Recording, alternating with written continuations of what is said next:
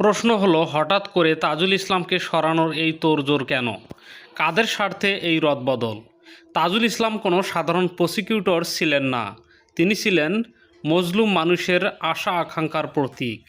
2024 সালের জুলাই বিপ্লবের ছাত্র জনতার উপর চালানো গণহত্যার বিচার তার কাঁধের উপর অর্পিত হয়েছিল। নিজের এবং পরিবারের জীবনকে চরম হুমকির মুখে ঠেলে দিয়ে তিনি এই বিশাল দায়িত্ব কাঁধে নিয়েছিলেন। কোনো ভয়ভীতি বা রক্তচক্ষু পরোয়া না করে তিনি শেখ হাসিনা এবং তার দোসরদের বিচারের কাঠগড়ায় দাঁড় করিয়েছিলেন। শেখ হাসিনার মামলার রায়ের পর বাকি বিচারগুলোর ব্যাপারেও তিনি ছিলেন বদ্ধপরিকর। এমন একজন লড়াকু মানুষকে সরিয়ে সরকার আসলে কাদের খুশি করতে চাইছে? তাজুল ইসলামকে সরানোর আসল কারণটা লুকিয়ে আছে গুমের মামলায়। 2009 থেকে 2024 সাল পর্যন্ত সংঘটিত গুমের ঘটনাগুলোর বিচার শুরু করেছিলেন তিনি। অ্যাডভোকেট তাজুল ইসলামের অসীম সাহসিকতার কারণেই বাংলাদেশের ইতিহাসে প্রথমবারের মতো শীর্ষ সেনা কর্মকর্তাদের গুমের দায়ে বিচারের মুখোমুখি করা হয়েছিল।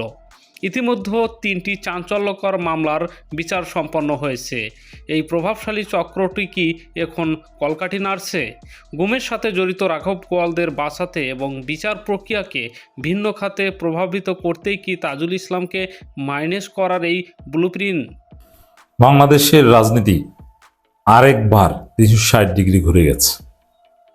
এখন আওয়ামী লীগ নর্মাল, আর কোনো বিচার টিচার নাই, গুম খুনের কোনো বিচার নাই, সব শেষ। তাজুল ইসলামকে সরিয়ে দেওয়া হয়েছে, পুরো জাতি অবাক, সবাই হতাশ। জুলাই বিপ্লবীদের সামনে ফাঁসির দড়ি ঝুলছে, আওয়ামী লীগে খুশির বন্যা। আওয়ামী রাষ্ট্রপতি শাহাবুদ্দিন চুপ্পু পায়ের উপর পা তুলে আনন্দিত, খুব কমফোর্ট জোনে আছেন। Tarek Rahman is very cordial to him. এগুলো এর মানে কি? যে 5 আগস্ট, ওই 5 আগস্ট পরবর্তী রাজনীতি নাই, শেষ। আজকে থেকে একদিনে অনেকগুলো ঘটনা ঘটিয়েছে, কিন্তু বাস্তবায়ন হতে একটু সময় লাগে। যেমন ঢাকা বিশ্ববিদ্যালয়ের ভিসিকে পদত্যাগ করতে বাধ্য করা হয়েছে, কার্যত সিস্টেমে তাকে পদত্যাগ করিয়ে দিয়েছে। সেনাবাহিনীতে বাংলাদেশপন্থী অফিসারকে ডাম্পিং স্টেশনে ফেলে দিয়েছে, এবং তারেক রহমান ব্যাস্টাস করিয়ে দিয়েছেন নতুনদের। এটাই নতুন জমানা। 5 আগস্ট পরবর্তী যে জমানা আপনারা দেখছেন, ইউনুস জমানা, বিপ্লব পরবর্তী জমানা, আওয়ামী মুক্তি জমানা, ওটা নাই। আওয়ামী লীগ অফিস খুলে ফেলেছে, কোনো রিয়াকশন নাই। আওয়ামী লীগের লোকজন যারা জুলাই অভ্যুত্থানের বিরোধিতা করেছিল তারা দেশে ফিরছে, RS ফাহিম এবং আরো যারা যারা জেলে আছে এরা মুক্তি পাবে। আওয়ামী লীগের মন্ত্রী এমপিরা একে একে জামিন পাচ্ছে সুন্দরভাবে, আমরা স্পষ্ট দেখতে পাচ্ছি। এবং রাষ্ট্রপতি চুপ্পুর যে কথা, ইউনুস সহ যারা আওয়ামী বিরোধী ছিল, বিপ্লবটা হয়েছে আওয়ামী লীগ সরকারের বিরুদ্ধে, অভ্যুত্থান হয়েছে আওয়ামী লীগের বিরুদ্ধে, কিন্তু যারা আওয়ামী বিরোধী ছিল তাদের সামনে এখন ফাঁসির দড়ি ঝুলছে। এবং আওয়ামী লীগের বিচার টিচার যা, ওগুলো এখানে শেষ। গুম, বেটা তুই গুম হয়েছিস, তুই বেঁচে আসিস, আবার তুই বিচার চাও না। রাজনীতি বিশ্লেষক এবং অ্যাক্টিভিস্ট মোহাম্মদ ইশরাক এ বিষয়ে চমৎকার একটা কথা বলেছেন। টায়নাগরের ভিকটিমরা ইনশাল্লাহ আখেরাতে বিচার পাবেন। সেদিন কোনো সরকার থাকবে না, চিফ প্রসিকিউটর থাকবে না, ইন্ডিয়ান ইনফ্লুয়েন্সার থাকবে না, কসুকের থাকবে না। সেদিন কেউ বিচার আটকাতে পারবে না। এটি হচ্ছে কথা। তো দর্শক, অ্যাডভোকেট তাজুল ইসলামকে সরানোর মধ্য দিয়ে একটা নতুন অধ্যায়, পুরো রাজনীতি ঘুরে গেছে। এর মানে আওয়ামী লীগের বিচার, আওয়ামী লীগ যে নিষিদ্ধ, আওয়ামী লীগের যে ভয়, ওই চ্যাপ্টার ক্লোজ। তবে এটা বিএনপির জন্য গলার কাটা হবে অনিবার্যভাবে। Just wait and see BNP কি বিপদে পড়ে। 1.5 বছরের মধ্যে বিপদে পড়ে ভারত। বিএনপিকে তারেক রহমানকে কঠিন শিক্ষা দিবে। এবং এই পরিস্থিতিতে জামাত রোল প্লে করতে পারে কিনা, বা জামাতের সক্ষমতা, আমার মনে হয় জামাতও বিপদে পড়বে। তবে জামাত আওয়ামী লীগ জোট হবে ফর দি টাইম বিং। সেই 91 মডেলে, 91-র পর আওয়ামী লীগ, বিএনপি সরকার একটা চিন্তা করেছিল যে আওয়ামী লীগকে ফিরিয়ে আনে, আওয়ামী লীগকে একদম স্বাভাবিক থাক, আর জামাত আওয়ামী লীগ মারামারি করুক, আমরা নির্বিঘ্নে দেশ চালাই। এখনো বিএনপি এই খেলাটা খেলছে যে আওয়ামী লীগকে আমরা ফিরিয়ে আনি, বৈধতা দিয়ে দিই, অফিস টফিস খুলে দিই, সমস্যা নেই, বিচার টিচার সব জয় বাংলা করে দিই, কিসের গুম খুনের বিচার সব বাদ। অতএব আওয়ামী লীগ আসুক আর জামাত আওয়ামী লীগ মারামারি করুক আর আমরা দেশ চালাই, কিন্তু না, বিএনপির এই স্বপ্ন পূরণ হবে না। কারণ আওয়ামী লীগ এতটাই উচ্চাভিলাষী, এতটাই আত্মবিশ্বাসী, এখন তারা চিন্তা করবে আরে কিসের জামাতের সাথে মারামারি করবো, আমরা তো ক্ষমতায় আসবো, মধ্যবর্তী নির্বাচন দিয়ে ভারত এই কাজ করবে। তাজুল ইসলামের কপালও বিপদ আছে, গুম খুনের বিচার করতে গেছো তাজুল, এত বড় সাহস, আওয়ামী লীগের বিচার করতে গেছো, ভারতের বিরুদ্ধে বলেছ, ভারতীয় লোকজন আনাগোনা জুলাই বিপ্লবের সময় বাংলাদেশের রাজপথে, এগুলো দেখেন, এটা কি তারেক রহমান ইচ্ছাই করছেন? না, এটাও অদৃশ্য শক্তি তারেক রহমানের মাধ্যমে করাচ্ছে। তাজুল ইসলাম এখন থেকে নিরাপদ না, তাজুল ইসলামের জীবন হুমকির মুখে, শুধু তাজুল ইসলাম না, সমস্ত জুলাই বিপ্লবীদের জীবন হুমকির মুখে, আমি বলে দিলাম, বিলিভ ইট আর নট, সামনে দেখবেন আপনারা। অতএব মায়া লাগে আমার তারেক রহমানের জন্য, যে বেচারা এত বছর পর প্রধানমন্ত্রী হয়েছেন। ডাক্তার শফিকুর রহমানও এই পরিস্থিতি দেখে চুপচাপ, তিনি বেকায়দায় পড়তে পারেন, তিনি তারেক রহমানকে বিশ্বাস করছেন। দেখেন তারেক রহমান, শফিকুর রহমান এদের এখন পক্ষে, আমি এখন এদের পক্ষে। কারণ কি জানেন, যে এই যে দেখছেন যে যেটা ঘটছে, এটা তারেক রহমান নিজেও যে জেনে বুঝে করছেন তা না, এটা ভারত ঘটাচ্ছে। যে অ্যাডভোকেট তাজুল ইসলামকে সরিয়ে দেওয়া হয়েছে, এটা ইন্ডিয়া সরিয়েছে, এটা তারেক রহমান জানেন না। এখানে নিরুপায়, যেমন খলিলুর রহমানকে পররাষ্ট্রমন্ত্রী বানিয়েছে কে বাগারা, ওটা তারেক রহমান নিজেও জানেন না। ওরকম তাজুল ইসলামকে সরিয়ে কাকে কি বসানো হয়েছে, এটাও তারেক রহমান ওই জানেন বলতে ওইটা কোন রকম জানেন, কিন্তু বাস্তবতা এটা বিএনপির সিদ্ধান্ত না। কারণ এর মাধ্যমে মূল বিপদটা পড়বে বিএনপির উপর, জামাতের চাইতে বড় বিপদ আসবে বিএনপির উপর। কারণ বাংলাদেশে কোনো অঘটন ঘটলে, ভারত যদি কোনো অঘটন ঘটায়, এর মূল ভিকটিম তো হবে সরকার। এখানে জামাত তো বিরোধী দল, জামাত এখানে কিন্তু সেফ জোনে আছে, জামাতকে হয়তো আল্লাহ হেফাজত করবে। তারপরে জামাত কিছুটা, যেমন আমির জামাত নিজে যদি বিএনপি টিকে যায়, জেল খাটতে হবে তাকে, ওই খালেদা জিয়ার সিলসিলায়। কিভাবে? যেমন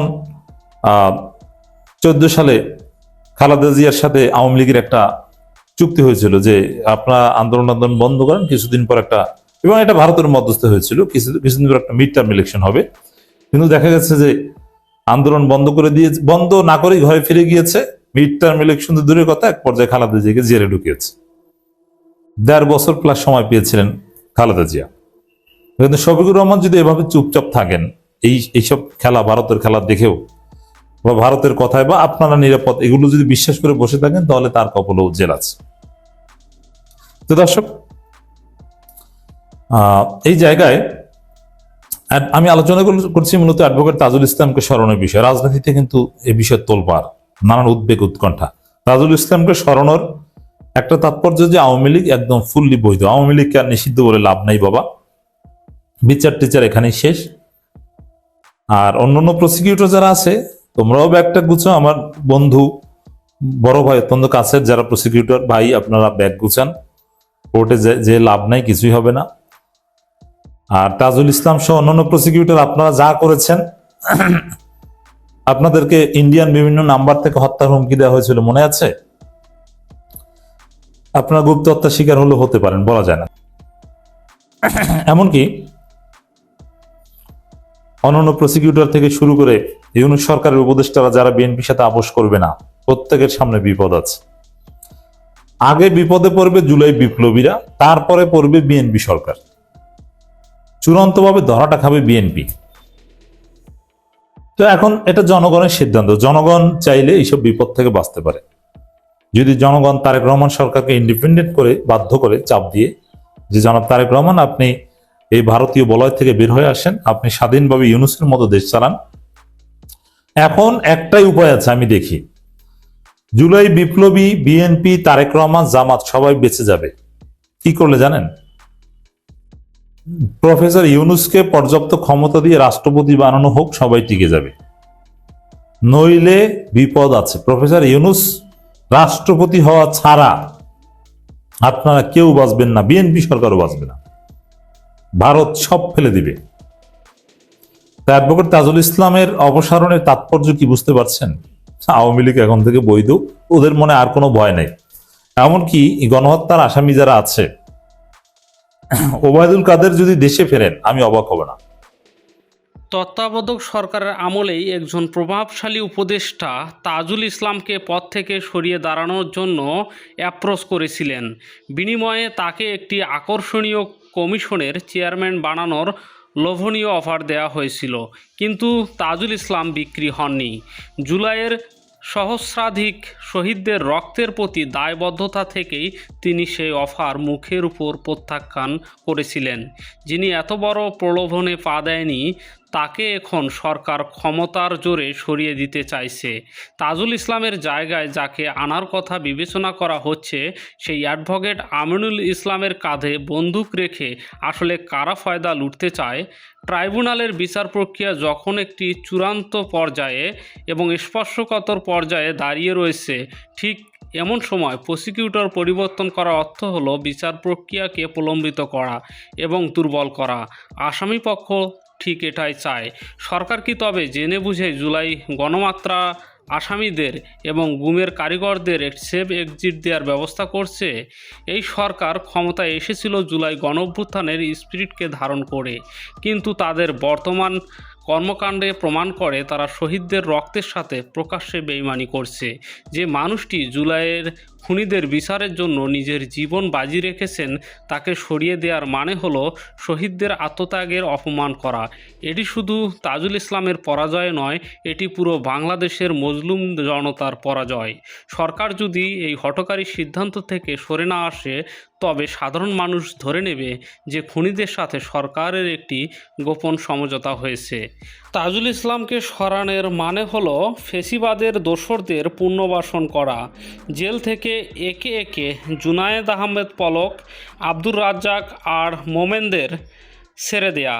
যে মানুষটি কোনো ভয়ভীতির পরোয়া করেনি, তাকে যদি সরকার এভাবে অপমান করে বিদায় করে, তবে জনগণ এই সরকারকে এক বিন্দু ছাড় দেবে না।